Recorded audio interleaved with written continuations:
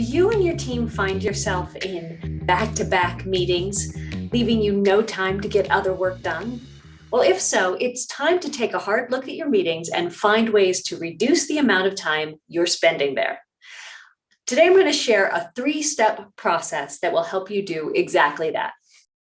Step 1, review your calendar to identify waste. So what does wasted time in meetings look like on the calendar? There are 4 things you can look for specifically.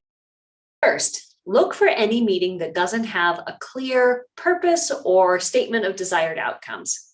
There's a good chance that nobody's entirely sure why that meeting's on the calendar, and it's a good candidate to let go.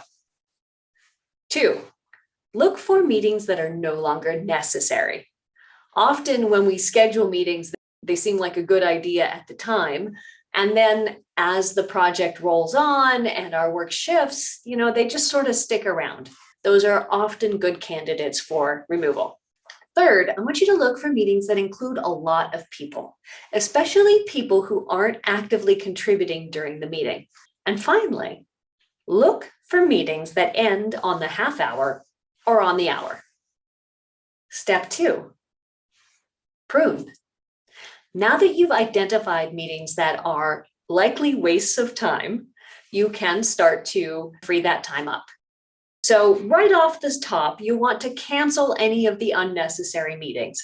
If you're in charge of that meeting and you realize that it's no longer serving your team, take it off the list. Second, for any meeting that you're in charge of, where you've got people in the room who are no longer contributing actively, get in touch and let them know that they can have that time back to do other things. Next, you want to decline invitations to any meetings that you've been invited to, but where you aren't really able to make a useful contribution. Go ahead and contact the organizer and get those off your calendar. Finally, for those meetings that end on the half hour or on the hour, go ahead and reduce them by 5 to 10 minutes. So this isn't going to give you enough time back to get all that other work done, but it does give you time to transition gracefully between meetings and take care of some of those human needs that are kind of important to pay attention to. All right, step 3. So at this stage, you've identified meetings that are likely a waste of time. You've canceled them. You've made the group smaller by only inviting people who are relevant, and you've built in some buffers between meetings so that you can have time to become your human. Now, the challenge is to actually stick to these new times. And for that, you want to assign a timekeeper.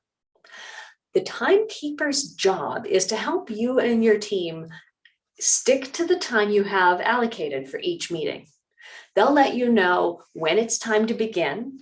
They'll let you know when you're halfway through the meeting, when you have 10 minutes left, and when it's time to end. By making these obvious and visible, you'll help your entire team reduce the time they spend in meetings, stay on target, and get more done faster.